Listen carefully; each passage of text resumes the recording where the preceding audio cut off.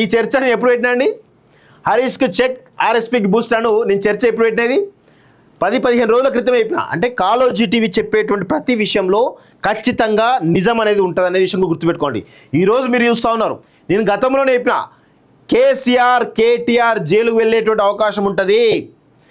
So Harish నమ్మే పరిస్థితి లేదు కాబట్టి ఇక్కడ ఒక వాయిస్, ఒక దళిత వాయిస్ కానీ ఒక ఇంటలెక్చువల్ వాయిస్ కానీ కావాలి బీఆర్ఎస్ పార్టీకి. అందుకే కేసీఆర్ ఆర్ఎస్పీని పెద్ద పదవి ఇచ్చేటువంటి అవకాశం కనబడుతుంది. బీఆర్ఎస్ చీఫ్ చేసిన ఆశ్చర్యం లేదని చెప్పేసి కూడా ఈరోజు గతంలో చెప్పినా ఇప్పుడు కూడా చెప్తాను. బీఆర్ఎస్లో అంతా తానే నడిపిస్తున్న కేటీఆర్ హరీష్ రావును దూరం పెట్టాలనేటువంటి ఆలోచన. కేటీఆర్ తర్వాత ఆర్ఎస్పీకి ప్రియారిటీ ఇస్తున్న వైరం, ఆయనకు రాష్ట్ర అధ్యక్షత బాధ్యతలు ఇవ్వాలనేటువంటి ప్లాన్. దళిత సీఎం, 3 ఎకరాల దళిత బంధు మోసమైన దళితులు ఆర్ఎస్పీ ద్వారా వారికి చేరువయ్యేటువంటి ప్రయత్నాలు అంటూ ఒకరిని చూస్తా ఉన్నాం. సో పార్టీ కష్టకాలంలో ఉన్న కేసీఆర్ మాత్రం కుటుల బుద్ధి పోనించుకోలేదు. తన తర్వాత బీఆర్ఎస్ నాయకత్వం కేటీఆర్ చేతుల్లోకి వెళ్ళేలా ఇప్పటి నుంచే రాజకీయం స్టార్ట్ చేసిండు.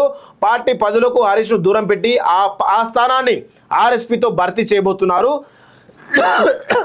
దళిత సీఎం, దళిత బంధు, 3 ఎకరాల భూమి హామీలకు మంగళం పాడడంతో దూరమైన దళితులను ఆర్ఎస్పీ ద్వారా మళ్ళీ బీఆర్ఎస్కు దగ్గర చేయడానికి వ్యూహరచనలు చేస్తున్నారు. 1 షాట్ 2 బర్డ్స్ లా ఆర్ఎస్పీ నియామకం హరీష్కు ఎసరు తెచ్చేలా, బీఆర్ఎస్ను దళితులకు చేరువ చేసేలా ఉంది. 9.5 ఏళ్ల పాటు కేసీఆర్ నియంత్రణ పాలన చేయగా కేటీఆర్ షాడో ముఖ్యమంత్రిగా వివరించాడు. వారి పాలన నచ్చని ప్రజలు మొన్నటి ఎన్నికల్లో బీఆర్ఎస్ను పాతరేశారు. ఈ సమయంలో బీఆర్ఎస్కు పునర్వైభవం తేవడం ఎలా అని ఆలోచించాల్సినటువంటి కేసీఆర్ కుళ్ళు రాజకీయం ప్రారంభించిండు.